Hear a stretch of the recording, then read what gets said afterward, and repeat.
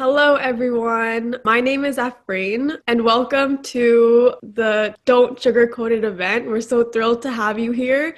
This is in collaboration with university clubs, and we're focusing on spreading diabetes awareness. So today's conversation is going to be an unfiltered conversation, and we're going to explore how T1D is portrayed in the media and how those portrayals shape how we might see ourselves. Going to just jump into the land acknowledgement that Toronto is in the Dish with One Spoon territory. The Dish with One Spoon is a treaty between the Anishinaabe, Mississaugas, and Haudenosaunee that bound them to share the territory and protect the land. Subsequent Indigenous nations and peoples, Europeans, and all newcomers have been invited into this treaty in the spirit of peace, friendship, and respect. To learn more about the territory you live, learn, and work on, please visit native-land.ca. Okay, a little bit about me. I'm in university right now. I just started my master's at Waterloo, so getting used to that new environment. I've had type 1 since I was 8 years old, so I'm 22 now, so about 14 years I've had it.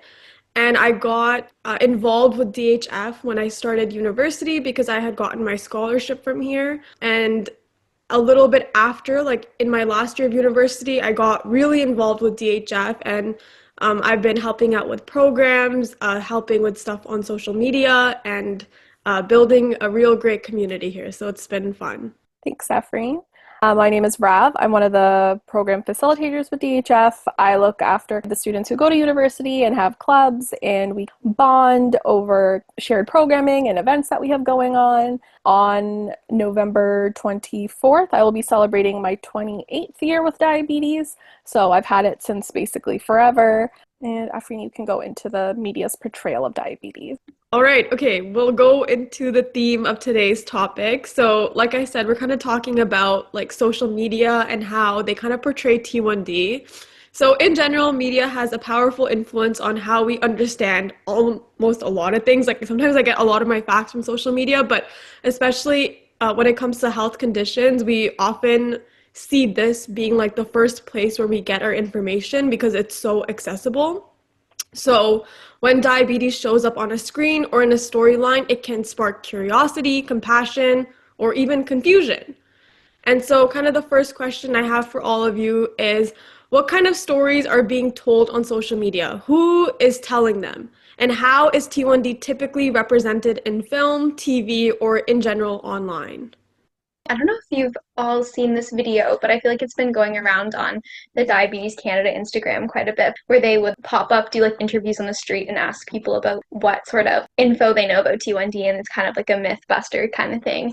I feel like for me, the biggest thing I always see is differentiating type 1 and type 2 diabetes and kind of being unclear on both of them, quite honestly. I think a lot of times type 2 diabetes and type 1 diabetes are kind of melded together into one kind of stereotype, and I think it's really important to obviously understand the difference, but then also not hold on to any of those stereotypes for type 2 diabetes either. I think that we often forget how many factors go into type 2 diabetes as well, family history, genetics, socioeconomic, there's a lot kind of thing. So I think understanding the differences and not putting kind of the fault on the individual who's living with it as well, I think is a big thing. A lot of messaging around you shouldn't do this, you shouldn't eat this, you shouldn't eat that. Obviously, everyone, no matter if you're experiencing type 1 or type 2 diabetes, should, be encouraged to get outside and be active and eat healthy to the best of their ability. But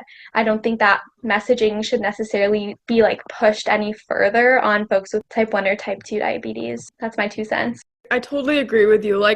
Just in these last couple of days, as we're in Diabetes Awareness Month, I've seen people trying to create awareness on social media, but then I definitely try to be in a place where I understand that, it might just not be as obvious. Because I have T1D, of course, I know the difference. Of course, I'm going to be very nitpicky about what people say. But to see people not see the difference or use the word diabetes as the only word when it's so much more specific than just saying diabetes is that. Diabetes could never be the beginning of your definition sentence because diabetes is an umbrella term, right?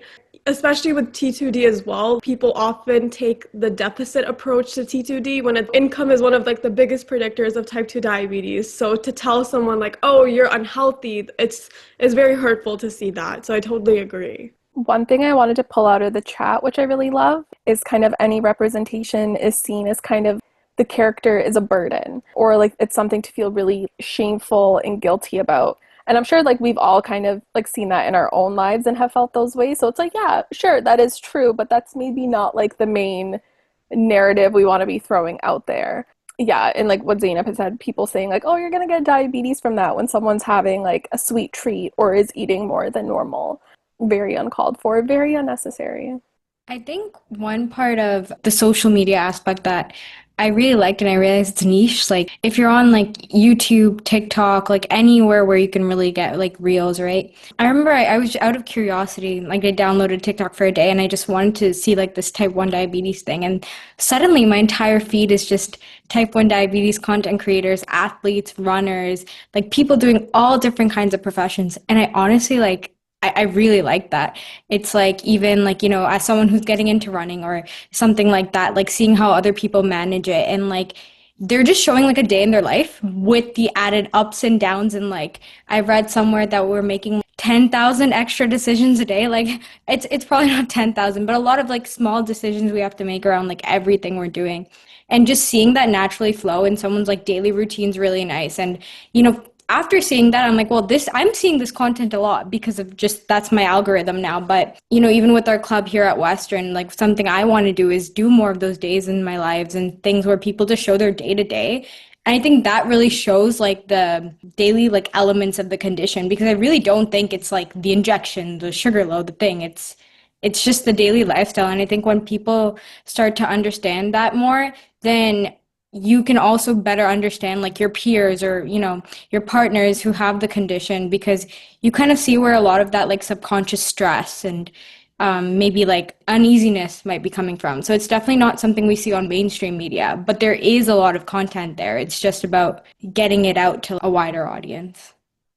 I always love seeing people in different professions too and careers, like posting about their day in the life. And I feel like I've seen a lot of that from other diabetes organizations as well. So it's kind of cool to see different careers. And most recently after Halloween, I don't know if you all saw, but there were so many people who dressed up as the T1D Barbie. And I'm just like, that is the best Halloween costume ever. And it's just so cool to see all of those too, because everyone always has like a different, you know, CGM or pump or maybe like pen that they're using. So that's also been cool to see, like as a project to kind of like show your tech through Halloween. So I've been having fun on TikTok the last couple of days just looking through those videos. I've been really appreciating the day in the life as a T1D, whatever profession they are, because it really shows how T1D is like, you know, I guess the people think like, oh, when we take insulin, that's the only time we're thinking about it. But it's like when I'm sitting in class and like I'm getting double arrows up, I'm like, oh my gosh, like not right now. Or I'm like rage bolusing, and like people don't see those parts of our day. Like as a student, for example, my blood sugar is going high and then I'm walking across campus and then I'm going low. And it's that background stress is always there. And it's like, oh my gosh, like why am I not staying in range? And it's like when I see those videos, it makes me feel more at peace. Like I've seen this one girl, she's a runner and she like does crazy long runs, 10, 11K runs. And I'm like, oh my gosh. And I just like think in my mind, I'm like, how do you even control your blood sugar? But then she walks through like how sometimes she's going low and then she has to cut her run short. Seeing that really makes me feel like, okay, you know what? People aren't perfect, and seeing people like walk through their day makes me feel better about me not being always consistent either. So a little bit of background about me. I have PCOS. I deal with insulin resistance like to the max. But seeing other folks who maybe don't have diabetes, but they do experience like PCOS or endometriosis or insulin resistance, and like they wear CGMs and they're just like, yeah, like my blood sugar is like spiking to 5.7. That's just crazy. Girl, I wish that was my problem. I'm like, I'm dealing with a spike of like 13.2, but yeah, sure, you're 5.7. I guess it's valid. I'm just gonna continue scrolling. A spike to 5.7 that's insane. That's preposterous. I hope that happens to me. Yeah, and I'm like, it's just have to like honor where everyone's at. And I'm like, okay, cool. Yeah, like I'm sure that is scary for you. That's like a dream come true for me, but perspective. I think that's when there's already, I would say, yeah, lack of representation of T1D in like mainstream media. And then also like that area of research being very under researched and huge gaps there. And then you're putting all of this together. And I think when obviously the public don't have knowledge of PCOS, it's increasing in diagnosis, but someone with like without biological knowledge specifically might not understand like, like the different intricate components of it, like what it actually means. And now you're throwing all these conditions together and they're using common technologies and using common terms like blood glucose and things like that. I think that just makes it so much more messy for people to understand like the differences, because a lot of people track their blood sugar now. Even in like the US, there is like a Dexcom that you can get without having any type 1, type 2, like no condition needed. And I honestly think it's great if you have the resources. I don't think there's any harm in actually seeing how your diet influences your blood sugar, but just mixing it all up when there's already not like a clear foundational understanding, I think it can make it harder for people with type 1 diabetes if they are trying to say their piece or their story or get, I don't know, even understanding from like coworkers and things like that. It makes it harder, yeah. I remember when I was younger, because I was diagnosed like before the era of CGMs, having my family, like extended family, come over, and I'm okay to blast them like this, like it's fine. And they would come over and they're like, we need to check our blood sugar to like make sure that like we're good. And it just felt like this back alley, really secretive kind of like speak easy, where like I just had family coming over to check their blood sugar for the fun of it. And I remember just feeling like so confused, because I was like, here I am not allowed to talk about my own diabetes as a kid, but like all these people can come over and check their blood sugar. Like, yeah, that's totally right. But then I was like, yo, can I steal your perfectly fine numbers for like my blood sugar book? Because I'm sure my clinic would love to see that. I totally relate to you, Rav. No, like extended family had ever asked me, but like my dad would always be like, let me see what my blood sugar is. It would piss me off for some reason. Like, you don't need to check what your blood sugar is, okay? I feel like you're mocking me right now. Yeah, it's like, you're fine, dude. You're But, fine. but sure, for the science, for the love of diabetes. Athena's point in the chat about kind of like when your perfectionism and like just T1D daily life overlapping becomes really hard to manage kind of leads us into our next segment about like how we see ourselves. So like media representation doesn't just affect how we view or how others view diabetes, like we've been talking about. It can also shape how we experience our own bodies. So the choices we make around management, like what devices we use, whether we show them, can really impact how confident or comfortable we feel in our own skin. And as social media gives more visibility to diabetes tech and lived experiences, it can be both empowering and complicated, helping people feel seen while creating new pressures or comparisons for others.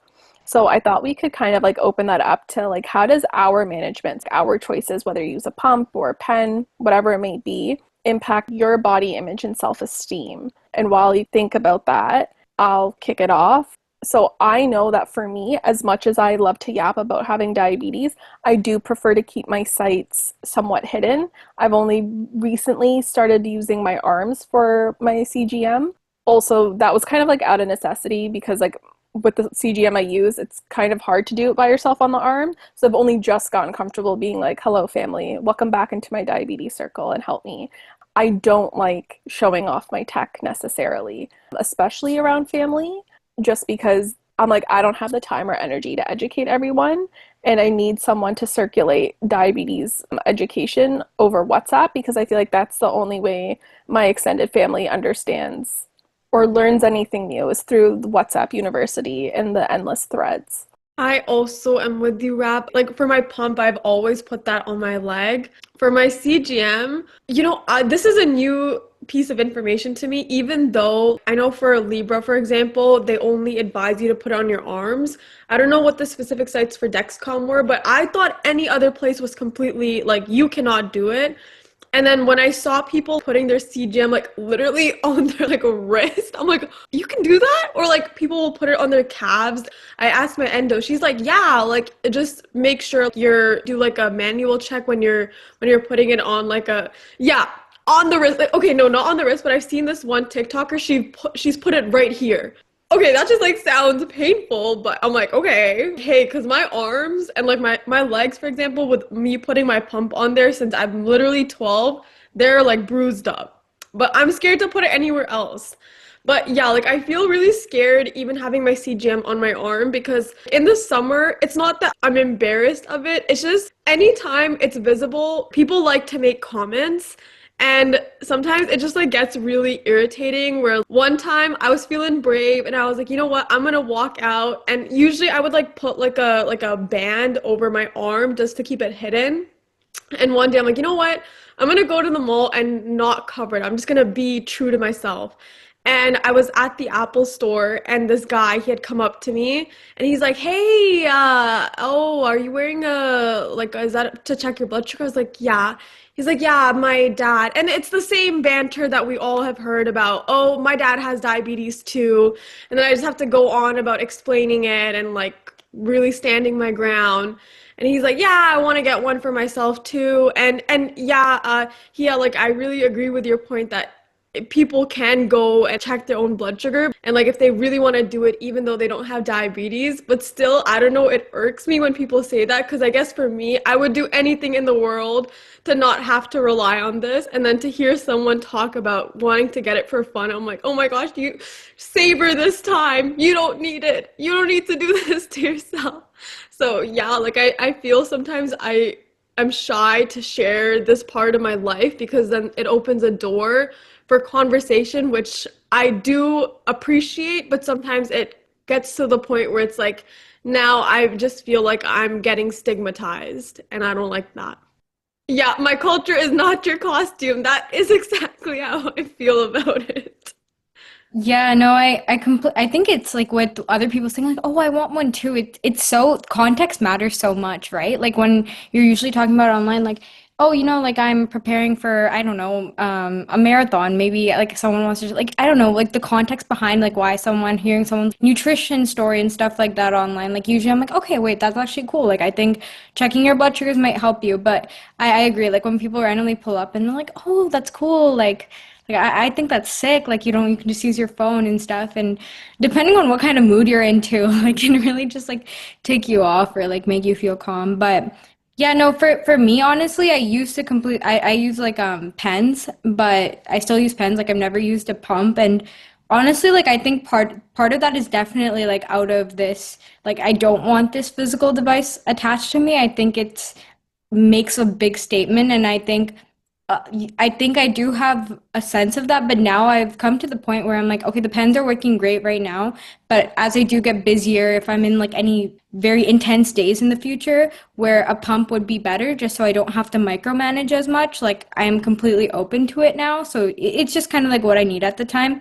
But especially with the Dexcoms and stuff, I used to like I would do anything not to wear it. Like I was having them come in because like I had like a really bad sugar low, so like a seizure in like grade 10 or 11. So then I started qualifying for the Dexcoms.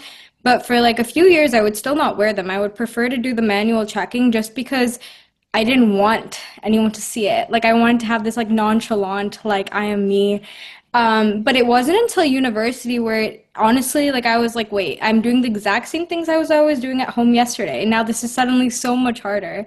And that's when like the days became like you no longer have school, home, this, like it's just this 24-hour cycle of you doing all these different like side quests. And so the Dexcom, honestly, that's when I started doing it out of like necessity because I want to know what my blood sugar is basically like any time of the day, and having a CGM is basically the only way how, and it makes control like managing everything a lot more easier.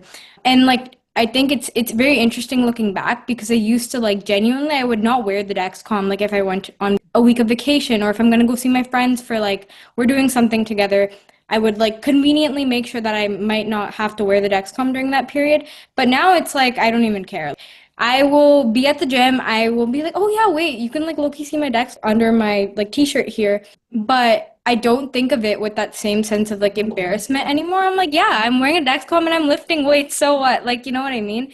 And I think it can be a really empowering feeling too, because you are still doing the exact same things as the person next to you. You just have to, you're also diabetic. So I think like your relationship with yourself is like such a large, for me, like how I perceive myself is basically so highly correlated with how I perceive this device on me. And so I think when that relationship, like you work on that, it can help. It's just insane, like that shift from like pre-university to like now. Yeah, I really like what you said. I'd like to add on to that as well.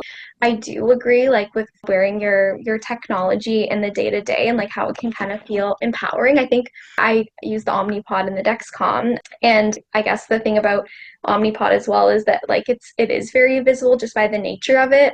And like, yeah, arm is usually my preferable spot. But yeah, like I feel that my rationale behind it, as well as just having it be visible, helps for me anyway to normalize that, like, hey, people with type 1 can do all the same things that everyone else does. I'm the same way. Like I'm going to the gym, I'm going for runs, I'm going to work, going to school, having it visible, and it just kind of dismantles a few of those barriers, like, oh, I thought you couldn't do this, or I'm eating something, people are seeing what I'm eating and I can see my devices too. And I think it just kind of normalizes that a bit more. And I totally agree. Like I think that also comes with an expectation that, yeah, there's going to be people who make comments and like who ask questions. And for the most part, I really do enjoy talking about it and trying to educate people. I think it definitely can get tiring sometimes for sure, like especially with like I find people are often interested in how does it work, which I'm always happy to show. But yeah, you can definitely get comments that aren't the greatest. Like I was showing someone how my pump like worked in the summer, and I was like, oh yeah, it's like Bluetooth connected, and of course I turned it on. And for any other people using the Omnipod, you can see like what was your last BG and what was your last dose, and like the person said was my blood sugar was like 8.1, and they're like, oh, that's actually pretty high, isn't it? And I was like, oh my gosh, like again, context matters, right? I'm like, yeah, like technically it's, you know, point 0.1 out of like what my target range is, but like I just ate something, so like, yeah, it's gonna be a bit high. So there's always some perspective and context involved. I think to add on a little bit more, like for me, I grew up surrounded by like people who understood it, like my parents and like my endo team always made sure I was very confident in it. So I just wanted to say who you're surrounded by like also really impacts how you see yourself and like kind of reflects onto like how confident you are in showing your diabetes tech. So like when I started using the pump and Dexcom and everything, like I never had an issue with like I kind of had like the opposite experience. Like I never really hid it or anything. Like everyone in my class knew I was diabetic, and it wasn't really an issue for me. I was very proud of it. And even now, like at school, we just had a type 1 diabetes lecture in one of our physiology classes, and like a lot of my friends are like, oh, that's really cool that you are like in our lectures. And I was like, yeah, I know, I'm so cool. Like I just feel like it really depends on who you're surrounded by and like how you also show them, because as long as you show that you're confident and like I don't know, happy to share, like everyone will have like carry that same perspective. Yeah, you're totally right, Rachel. Like, confidence is so key. I know for some of us, it might be a bit hard to get that confidence. And, like, don't worry for anyone out there that's feeling like, I don't know how to embrace it. It's definitely a process. And I can relate to you, like, we're in the sense that I used to be very, very, like, I am someone in the comments that said they wouldn't tell anybody. And yeah, me too. Like, no one would know about it. I would do everything in my power to not have to share with someone. But now that I'm in my master's program, I'm in public health. So we have a lot of discussion about type 2 diabetes. And there's this one class where we all have to like read a bunch of articles, and then it's a 3-hour lecture, and we basically all just go to town on these articles talking about, oh, we don't think they should have done this in the article, or like, I don't agree with this, or I think this topic doesn't make sense, or whatever. And diabetes comes up a lot.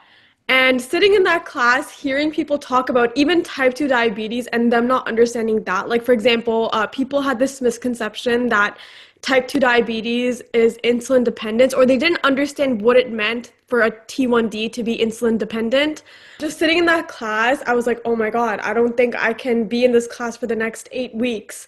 And I don't know why I got this like random surge of confidence where I talked to my professor and I was like, hey man, like, I don't know what the hell everyone's talking about here, but everyone is just like severely misinformed about the word diabetes, people don't even know what type 2 diabetes in this class is. And so I actually did like a little mini lecture for my class about what type 2 diabetes was and how it's different from type 1.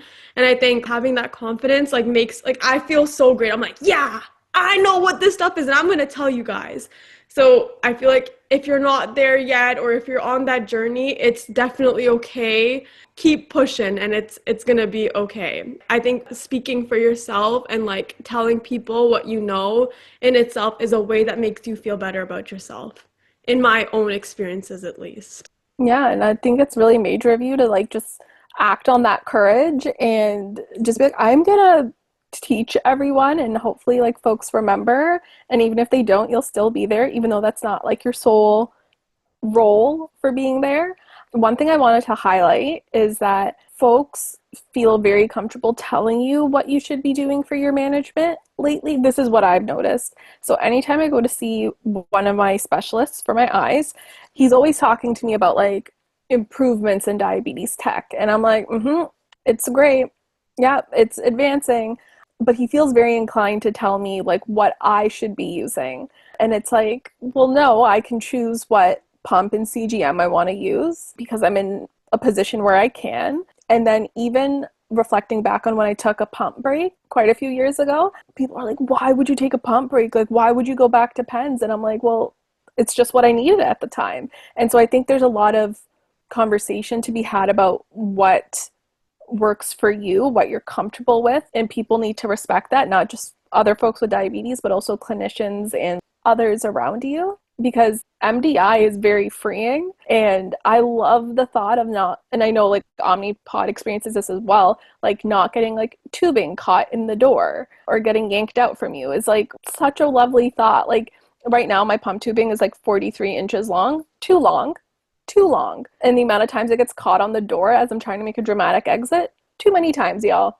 Too many times. So do you think that like social media's growing visibility of diabetes tech helps normalize what our bodies do and what they should look like? Or does it kind of create like a new standard for what we should look like? As an MDI user, I really feel like it's helped with people seeing other forms of diabetes management. Just because, like, I also felt the same thing. Like, I tried out a pump for almost a year, and since then I've been on pens. You know, works for me. My time and range is good. I just felt that there was like more to think about, and then there was also from earlier that kind of physical aspect of the pump I had. You changed every 3 days. And even for me, I feel like changing my CGM every 10 days is still not long enough.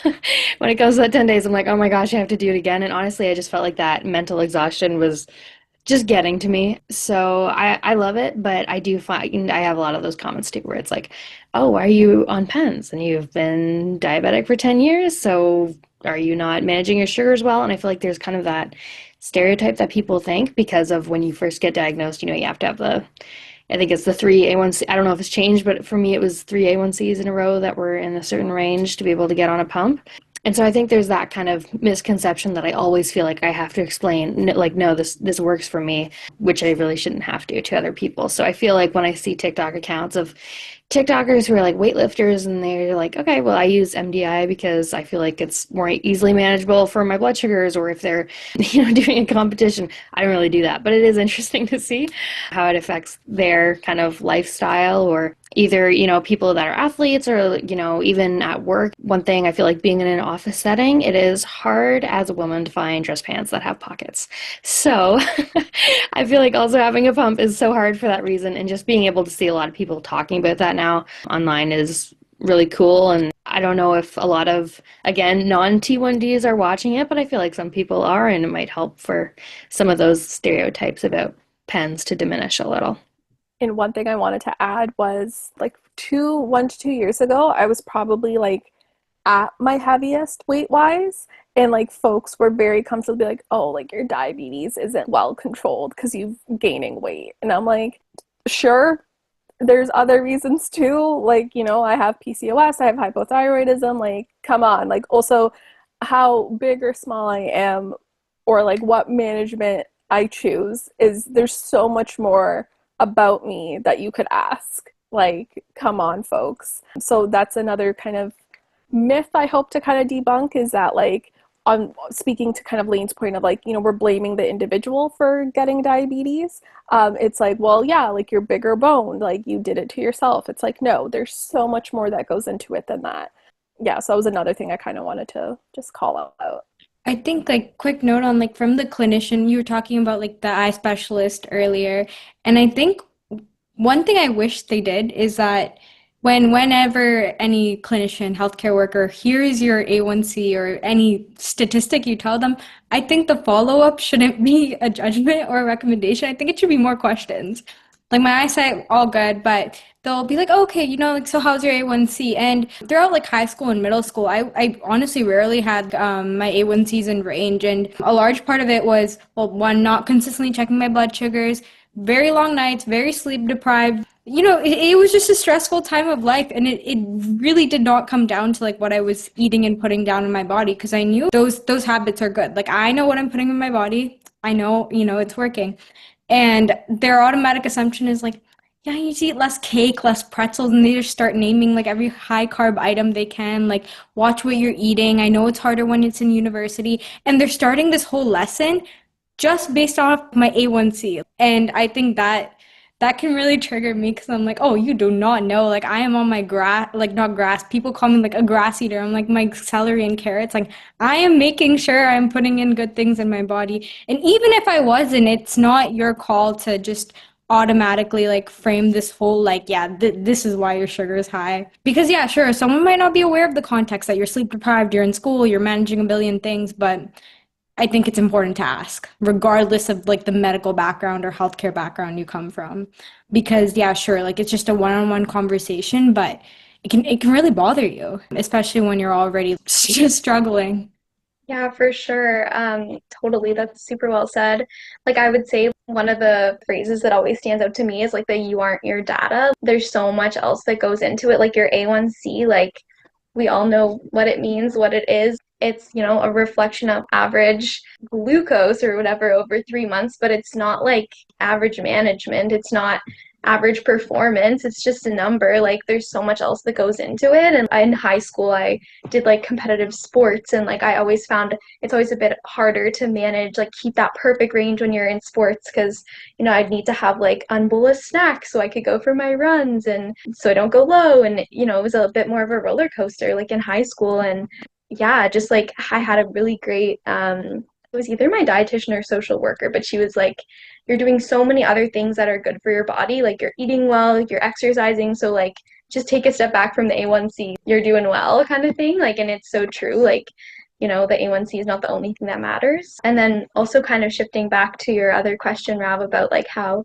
like technology is reflected in the media. I think someone brought up a really good point about like algorithms in social media as well, and how what I might see on my feed might kind of be not the exact representation of how diabetes tech is like advertised in mainstream media, because I do follow a lot of diabetes accounts on Instagram, so I'm getting a lot of that stuff. But I would say for me, like the biggest one is I always see like ads, like when I'm at the gym or just like watching TV or something, they always like come up on the TV. And I always find that like diabetes ads are always surrounding like it's either someone like exercising or like going for a walk or something wearing a CGM, or making like a salad and having a CGM. And I'm like, I feel like there's more that we could show here. Like there's definitely, we could show someone sitting in a lecture, or someone going to work, or someone riding their bike, or someone eating a meal with their friends. Like it just to normalize it a little bit more, because I feel like those ads that like everyone sees just totally solidify like that stereotype that it's like, oh, you gotta wear your CGM and you have to be doing your workout and you have to be eating your salad, and that's how we manage, because it's not the only way.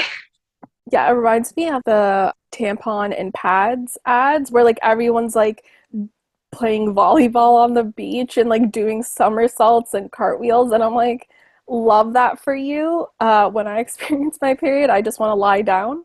But you know what? Kudos to kudos to the people who want to do like backflips on the beach when they have their period. Yeah, it's important to kind of show what that in the storytelling, like have it be authentic, have it be real, because for diabetes, I don't know, I think it would be more empowering to see like a student in a lecture, like you said, Lane, just like not having to deal with an alarm, and they can, study or like take their test peacefully, as opposed to the narrative that like folks with diabetes have to live a very restrictive lifestyle. And it's just like, okay, it's only salad, only the plate method 24/7. And it's like, no, you can indulge in a sweet treat or indulge in whatever you want to do. Like, diabetes looks differently for everybody. And I wish that was a little bit more prevalent in kind of like the media that was out there. We were talking about how social media creates this representation of like how diabetes and food is like the biggest connection.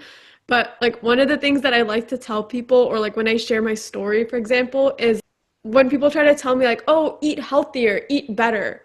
No matter what I eat, if I'm about to walk into an exam room, my blood sugar is going to skyrocket. One of like the biggest challenges these past couple of weeks I've been facing is like, this is almost like, it seems a little paranormal. Every day at 3 in the morning, like my blood sugar will be in range at like, it'll be like 5.6 at literally at 3 in the morning. It just starts going up. I don't know what's going on, but like when I went to my specialist appointment, they're like, are you eating at that time? I'm like, no, I'm sleeping. And so it's like, I wish I could tell people that our diabetes is not just about what we're eating. It is like influenced by like I think Rav has talked about like that list of like, what is it, like 73 factors that influence blood sugar. Like, I don't know what's going on at 3 a.m. I don't know if it's a ghost, but my blood sugar goes up for no reason. And so like, I wish that was something on social media, like in those videos where it's like a day in my life, like to show people it's not just about what we eat. It's like everything affects our blood sugar. I sound like a crazy lady in appointments when I'm like, yeah, I'm getting these weird highs when I'm asleep. It could be like, whatever, like my CGM, it could be an error, but I'm like, I know I had a nightmare. I know I was fighting for my life in my head, and my pancreas is showing it. Yeah, like it's like sometimes these things are so unexplainable. It's like, even like my doctor was like, okay, well, because I've also been prone to having low blood sugars in the night. And so we're all nervous to like change my basal rates to like take it higher, because it's like, oh my God, well, I don't want to go low at night. But now I'm like randomly going high, and it's just like really complicated. And I feel like these nuances are so important to highlight, like even if it be on social media, that like it is not a straightforward process. You think you got it, slap in the face. Now you don't got it. And like that's just kind of like the cycle of diabetes. But on that topic of like storytelling and like how we want to be represented, I think it's also like important to choose how we speak for ourselves, because our stories have the power to help challenge stigma and connect us to one another. So I want to ask you guys, because like storytelling can be like a thing where it's like people feel vulnerable, as in not everyone wants to go and share what it means to have diabetes. So what advice would you give to someone who wants to share their diabetes story but feels hesitant about it? Like, speaking for myself, I think people like my friends and everyone always knew I had diabetes, but obviously like when you meet a person, you're not telling them this like long-winded 2-hour story. I love doing that now though, like as I grow up. But the first time I was public about the condition was actually like through writing an article. It's called Redefining Type 1 Diabetes. It's still up on my Medium. And then I've written a few pieces on it here and there on like different platforms. But, I took my time with that article, and I think writing it was really like freeing, because I got to be in my space. I got to put some time into it. Really want to like, capture what I'm genuinely feeling with words, which even if it was like a video or something like that, I think telling my story, like an aspect of my story through words, was just really nice, because then I have that there. I could end with an optimistic message. I could end with a pessimistic message, like whatever I'm really feeling. I think it's nice because then like everything you kind of write in the future, or you like kind of, you can look back at that and think about how do you feel differently? Do you think that best portrays like your story? And it's kind of something that continues evolving. But I really do like it, because like when you're meeting new people, especially when you're like networking or anything like that, and kind of having that like something like, yeah, like it's changed a lot, but I have this thing written. it was a really good first step for me, I think, to be more public about it, because then I think that translated into me being more comfortable speaking about it and things like that. Because I was able to spend some time, and it's a challenge itself, because even hitting click publish on that was so like nerve-wracking. I'm like, wow, I'm like telling the world about this for the first time. I think that way you can really spend time. And maybe like the first time, I think if I was saying it like vocally to like a large audience or something like that, I think I could have gotten hesitant and might have not felt the most happy about the words I chose. See, I would never tell someone how to tell their story. Of course, like you tell it how you want to tell. But one of the things I always like to do when I'm telling someone I have diabetes for the first time, so like in my master's program, I don't know what led me to tell people I had T1D, but I did. And when I said, oh, like for example, I have type 1 diabetes, and the first thing I immediately did before anyone can make assumptions was clarify what T1D was. I'm like, T1D is an autoimmune disease, da da da da da. And like that's how I like to open up the floor, because I want to let them know off the bat that I will not tolerate anyone telling me any like BS about diabetes.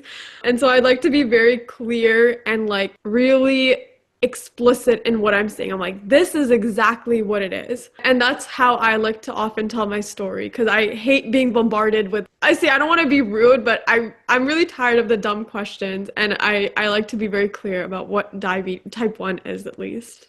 Or if you're like me, I'm like, yeah, I don't have your grandma's diabetes. I don't have your uncle's diabetes. I don't have your cat's diabetes. It truly does look different for everybody. I feel like it can take some of the pressure off too if you don't always think about it as like telling your full story. For me, I feel like I used to feel like I had to introduce it to people, like, okay, I have diabetes and this is what this means and whatever. But I feel like now, even in like the Bachelor of Education, like there will just be some teaching scenarios maybe we're talking about where like the use of phones in classrooms is being discussed, and then I'll be like, oh, like I can relate some personal experience to this. Some people might need their phones for medical reasons, like I use mine for this. And then you can always just share like a little part about yourself, and you don't really have to explain the whole thing. And for me, I feel like it's been a nice way to kind of share my identity without feeling that burden sometimes of explaining everything about how it works, and then also relating to one individual person about if their cat or grandma had it. Yeah, and I guess it takes more of the pressure off myself as well, so I can just share a little piece of me without feeling like I have to explain the whole thing. Thank you so much for sharing your stories and for just like being honest and listening. And I really do appreciate it. And I love chatting with everyone in this room. Just makes me feel cozy. And I know it's cliche, but I really don't feel like as alone in some of my diabetes experiences and intrusive thoughts. So thank you so much. Thank you for everyone that gave their input and talked about stuff. Just like Raph said, it definitely makes me feel better too, because I'm like, yes, we're in this together. And for any non-T1Ds that are in the meeting as well, like thank you for being here, because that gives us the opportunity to share the in real life stuff that's happening with us and really give everyone the unfiltered version of what T1D is actually like. So thanks, guys. I'm just going to say thank you again for joining us today, and continue to have an amazing Diabetes Awareness Month.